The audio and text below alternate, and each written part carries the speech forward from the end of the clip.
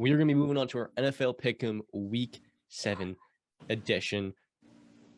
Tonight, we got Thursday Night Football. The Arizona Cardinals are going to have the New Orleans Saints coming. Wait, is it a home game for them? No, the Saints are coming to Arizona. My apologies. And right now, the Cardinals are 2.5-point favorites. New Orleans has just been beaten and battered this year by injuries. No Marshawn Lattimore, no Michael Thomas, no Jarvis Landry. I'm look further into the injury report right now. We don't even know who their starting quarterback is going to be, which is pretty hard to evaluate if you want to bet on this game. This is not the type of game I would want to put any money on. But for the time being, I'm rolling my money with the Cardinals. DeAndre Hopkins comes into the lineup, Marquise Brown out, but Robbie Anderson in as well. Of course, they traded for Robbie Anderson. Why wouldn't they? And this is the type of team that just is going to Arizona, you would think everything as well with the Kyler Murray extension, Cliff Kingsbury and Steve Keim getting their new contracts. But this is a 2-4 football team. They're not good. Defensively, it's one of the worst. And offensively, Kyler Murray is limited and not much of a leader. The weapons are good.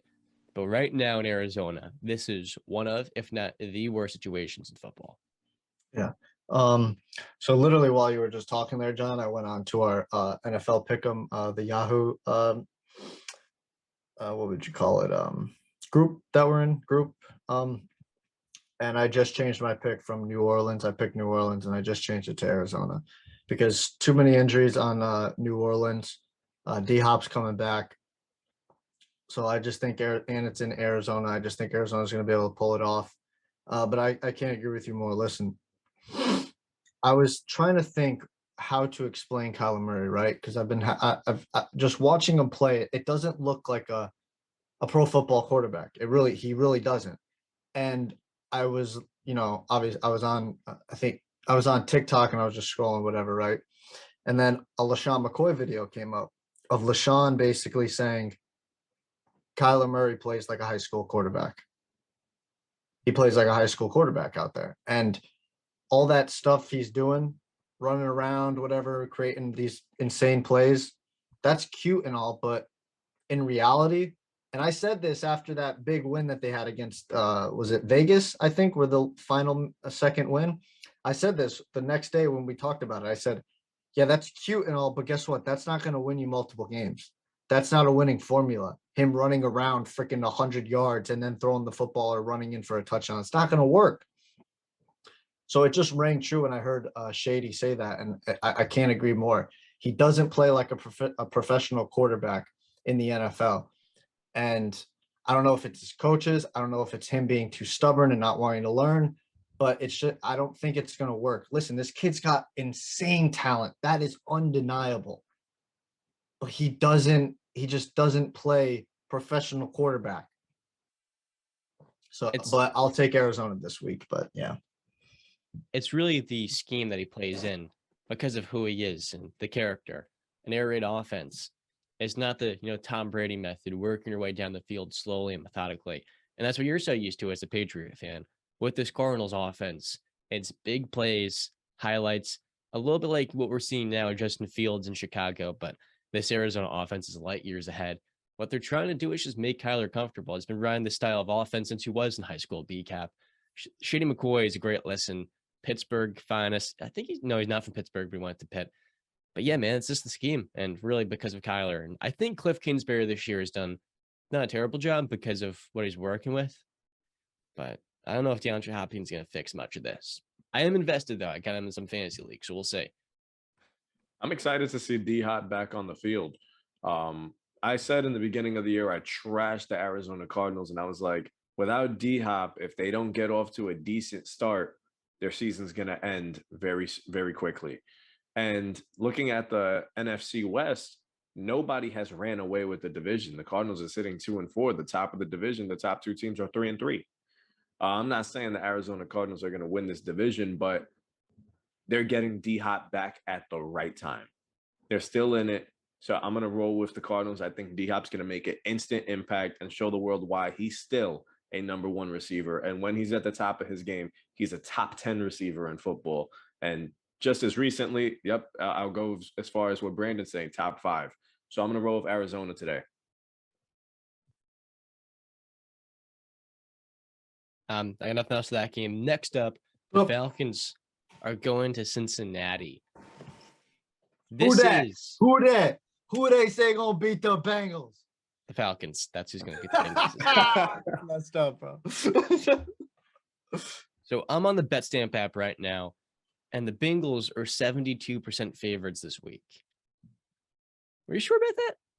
With the way this Falcon unit is playing right now, even with Cordell Patterson on IR, they're going to run the snot out of the football. They have weapons on the outside to make plays. And Marcus Mariota is just running this offense very well. He has experience doing such. And really, Arthur Smith is one of the better coaches in football. I can say what I want about Kyle Pitts, maybe not getting going the same way a lot of those other 2021 skill position players are.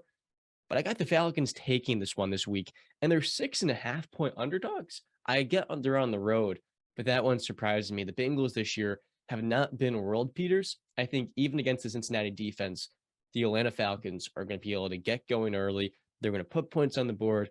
And I think for this Bengals secondary, they can give up a couple of big time plays, whether it's to Drake London, Pitts, or even the other big receiver, whatever the heck his name is.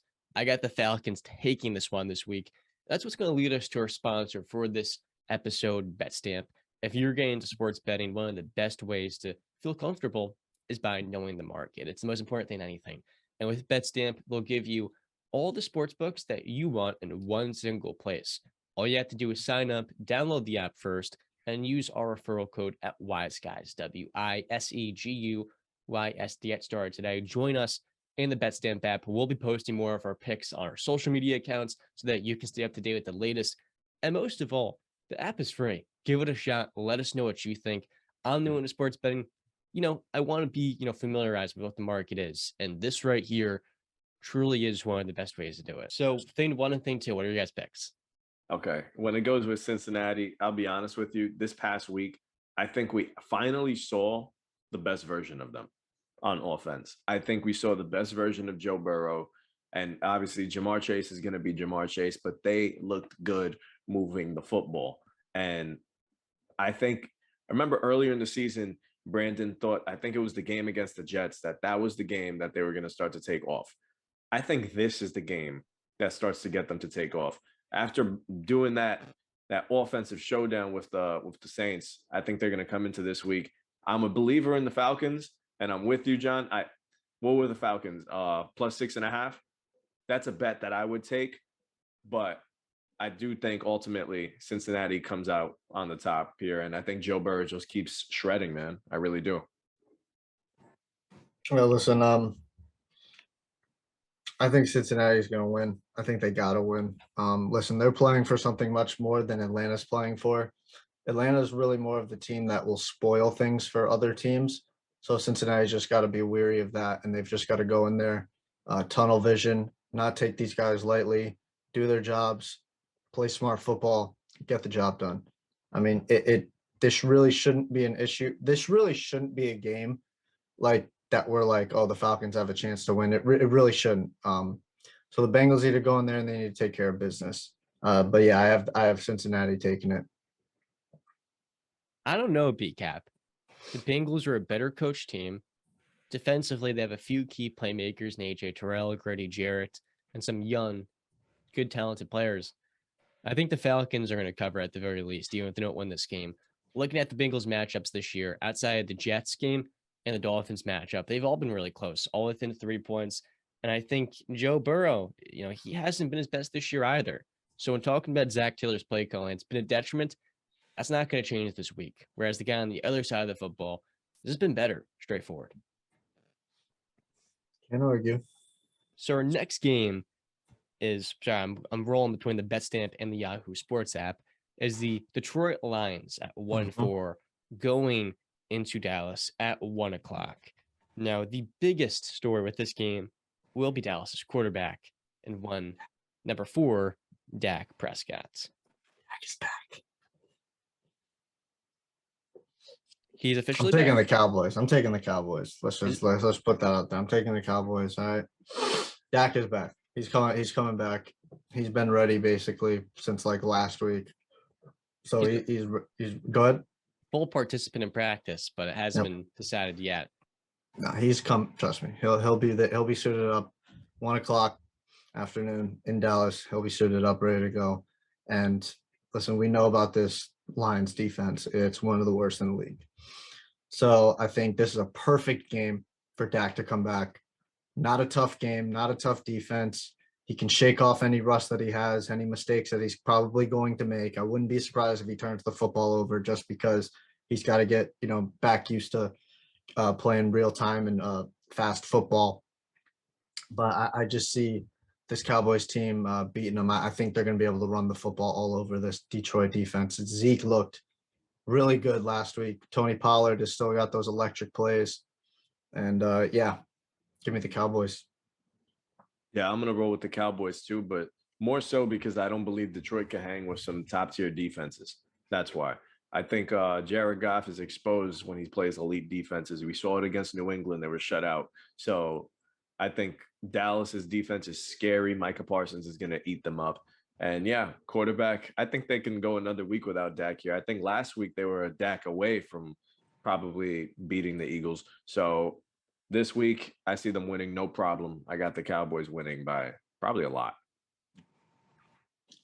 How about them Cowboys? What the Dallas Cowboys are a great regular season team that can't contend with the best.